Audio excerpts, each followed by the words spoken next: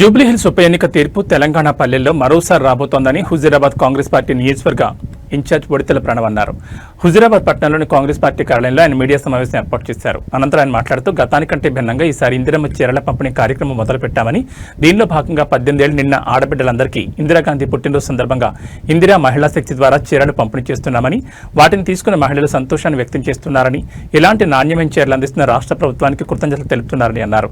రాష్ట్ర ముఖ్యమంత్రి చెప్పినట్టుగా బడ్జెట్కు అనుగుణంగా నిధులు ఒక్కో రంగానికి కేటాయిస్తున్నామని, దీనిలో భాగంగానే శుక్రవారం సన్నవడ్లు పండించిన రైతులకి బోనస్ కోసం 200 కోట్ల నిధులు విడుదల చేశామని, ఇది రైతు ప్రభుత్వం అని మరోసారి రుజువైందని అన్నారు.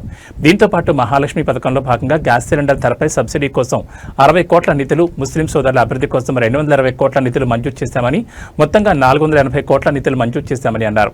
కౌశిక్ రెడ్డి పెద్ద లంగా, అందుకే హుజూరాబాద్ పరువు తీస్తున్నాడు. ఎమ్మెల్సీగా విప్గా హుజూరాబాద్ అభివృద్ధికి ఏం చేశావో చర్చకు సిద్ధమా అన్నారు.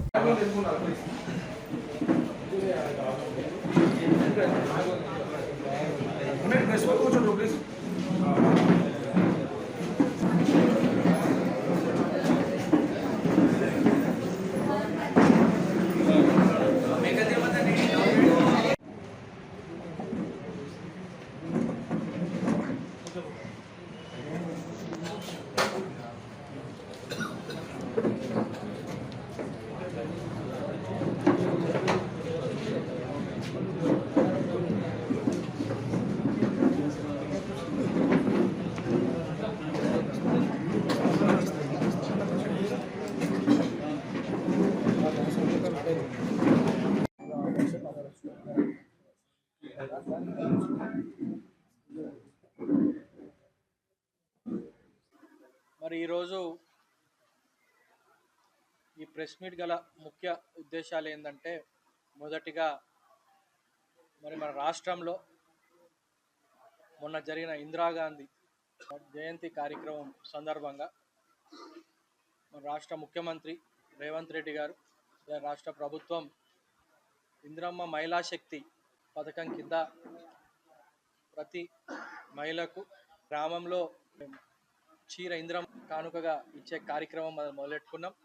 మన హుజూరాబాద్ నియోజకవర్గంలో దాదాపు ఇవాళ అన్ని గ్రామాలలో మరి మన మహిళా సంఘాలు ఆధ్వర్యంలో ప్రతి ఇంటికి పోయి 18 ఏళ్ళు దాటున్న ప్రతి ఒక్క మహిళకు మరి ఆ చీర బహుమతిగా ఇచ్చి, మరి వారి ఫోటో క్యాప్చర్ చేసుకొని మరి దాంతోపాటు సిగ్నేచర్ కూడా తీసుకునే కార్యక్రమం అనేది మొదలైంది.